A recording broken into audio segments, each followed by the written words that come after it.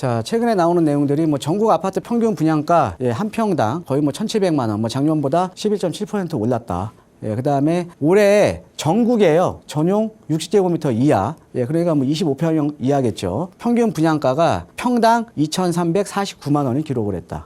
그다음에 지금 최근에 이제 그 용인 쪽에 33평 기준 분양가 12억이면 좀 비싸다고 생각을 했는데 이번에 또 선전을 했죠. 자, 그다음에 또 연간 기준 3,400제곱미터 평균 분양가가 이제 3천만 원이 넘을 것 같다. 최근에 이제 언론에 계속 나오고 있는 내용입니다. 지금 서울 지역을 한번 살펴볼게요. 서울 아파트의 연간 평균 분양가 추이를 보면요. 2010년도부터 지금 이제 2022년도까지 해서 지금 계속 이제 우상향을 했죠. 근데 특히나 요 사이가 지금 가격이 많이 올랐죠. 21년도하고 22년도 사이 분양가가 거의 뭐 한 평당 한 600만 원 정도 올랐네요. 자, 그럼 치솟는 분양가 이유가 뭔지를 한번 살펴볼게요. 간단하게 한번 말씀드리면 일단은 뭐 계속 얘기 나오죠. 뭐 건축비 어마어마하게 올랐습니다. 사실은요. 지금 서울 도심에서도요. 지금 재개발 재건축 현장, 그러니까 시공사와의 건축비에 대한 갈등이 없는 현장들 없어요. 그러니까 최근에 2, 3년 동안 건축비가 너무 많이 올랐다라는 거죠. 자, 거기다가 인건비들도 어마어마하게 올랐죠. 자, 보통 보면 우리가 이제 아파트를 이제 지을 때, 그러니까 원가에 대한 비율 중에 우리가 한 인건비 정도가 보통 한 25에서 한 30% 정도가 차지를 하거든요. 근데 인건비도 최근에 지금 많이 뛰었죠. 그러니까 당연히 분양가가 뛸 수밖에 없는 거고요. 자, 그다가 가장 중요한 게 뭐냐면 바로 이겁니다. 여러분 한번 잘 생각을 해보세요.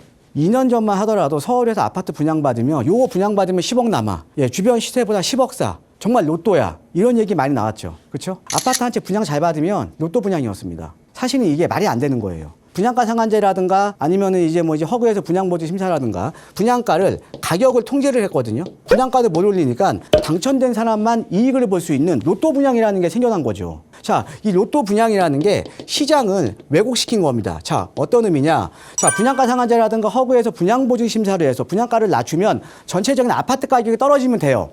자, 근데 전체적인 아파트 가격이 떨어진 게 아니라 로또 받은 사람만 그만큼 10억에서 15억 정도의 시세 차익을 봤다라는 거죠. 이게 가장 큰 문제라는 거죠. 그죠?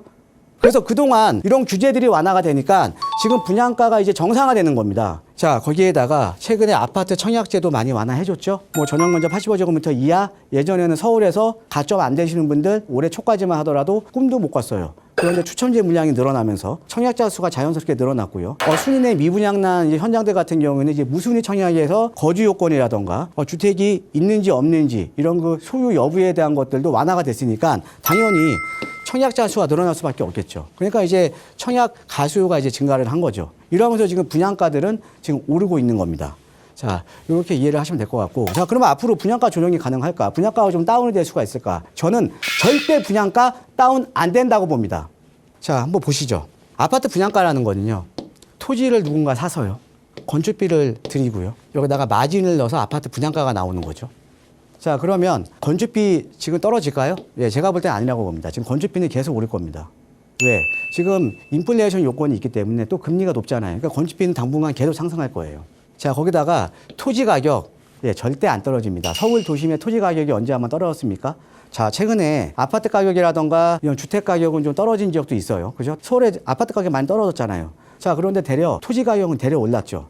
자, 우리가 특히나 서울 도심이라던가 수도권 지역의 입지 좋은 지역은 토지가 가지고 있는 희소성이 있는 겁니다. 그래서 토지 가격은 절대 떨어질 수가 없는 구조예요. 그러니까 어떤 토지를 개발을 하면 남아있는 토지가 적어지잖아요. 그죠? 그러니까 서울이나 수도권 지역의 입지 좋은 지역들은 희소성이 계속 높아질 수밖에 없다라는 거죠. 그럼 토지 가격도 계속적으로 증가를 하고요. 건축비가 계속적으로 증가를 하는데 구조적으로 어떻게 분양가가 떨어지냐 이거죠.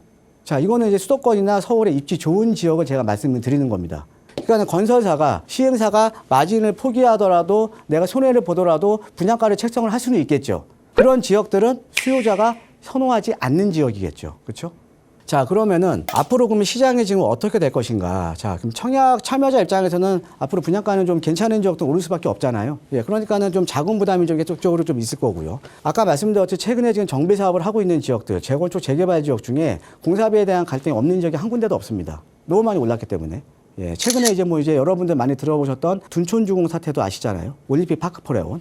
자, 그 다음에 인허가라든가 착공 등 이런 실적들이 지금 하락을 하고 있어요. 그럼 중장기적으로 주택 공급은 지금 부족하다는 거죠. 데이터를 놓고 보시면 자, 이렇게 지금 준공도 점점 줄어들고 있고요. 자, 중요한 거는 인허가나 착공이 좀 늘어나야 되는데 줄어들고 있죠. 지금 드라마틱하게 줄어들고 있으니까 분양도 줄어들고 있죠. 그렇죠? 전체적으로 우리가 주택 공급이 지금 부족해지고 있다는 거죠. 자, 그러면 우리 시청자 여러분께서는 어떻게 이제 내가 투자에 대한 스탠스를 이제 취하셔야 되냐. 장기적으로 새 아파트는 공급이 부족할 겁니다. 특히나 서울은 더해요. 왜 그러냐? 서울은 아까 분양가도 계속 오르지만 중요한 거는 서울 같은 경우에는 이런 정비 사업을 통해서 주택 공급을 해줄 수밖에 없거든요. 자, 그런데 우리가 예를 들어 재건축만 보더라도요. 지금 서울의 저층 재건축, 5층짜리 재건축은 다 끝났어요. 그럼 지금 남아있는 게 이제 중층 재건축이거든요. 중층 재건축을 하더라도 과거에 비해서 조합원들이 가져가고 남는 거 일반 분양하는 건데 일반인한테 줄 수 있는 물량이 앞으로는 계속적으로 과거에 비해서 줄어들 수밖에 없는 구조예요. 예, 그런 건 당연히 아파트 공급은 서울 도심지 아니면 수도권 지역일수록 더 부족해질 가능성이 상당히 높습니다. 자, 그러다 보니까 최근에 청약시장도 지금 양극화가 되잖아요. 지금 서울에서도 도심이나 수도권 지역에서 입지별에 따라서 양극화가 심화되고 있고요. 수도권과 지방의 청약시장이 지금 양극화가 심화가 되고 있죠. 자, 거기에다가 지금 아까 제가 말씀드렸듯이 아파트 청약제도에 대한 규제를 지금 완화를 해줬어요. 근데 거기에다가 분양권, 이 분양권 같은 경우는 지금 이제 전매 제한은 지금 풀어줬는데 실거주 요건은 지금 논의 중에 있어요. 자, 거기에다가 또 하나 이제 분양권에 대한 이제 양도소득세 이것도 지금 논의 중에 있거든요. 만약에 요게 더 풀려버리면 청약자 수는 기하급수적으로 늘어날 가능성이 높습니다. 지금 계속 지금 논의 중에 있잖아요. 그죠? 자, 그런데 지방의 지금 미분양 아파트들이 너무 빠른 속도로 지금 늘어나고 있다는 거죠. 그럼 지방에 미분양 아파트를 누군가 매입을 해줘야 되는데, 그러니까 매입을 누군가 하기 위해서는 이런 규제들은 앞으로 완화될 수밖에 없다라는 구조죠. 자, 그럼 앞으로 입지가 좋은 지역의 청약 경쟁률은 더 높아질 수밖에 없는 구조입니다. 자, 그래서 우리 시청자분들은요, 자금 여력이 되시면 지금이라도 관심 지역은요, 아파트 청약 시장이라도 적극적으로 지금 검토를 하셔야 된다는 거죠. 그리고 여러분들 제가 항상 요즘 강조해 드리는 게 지금 현재 부동산 시장은요, 과거의 부동산 시장하고 틀립니다.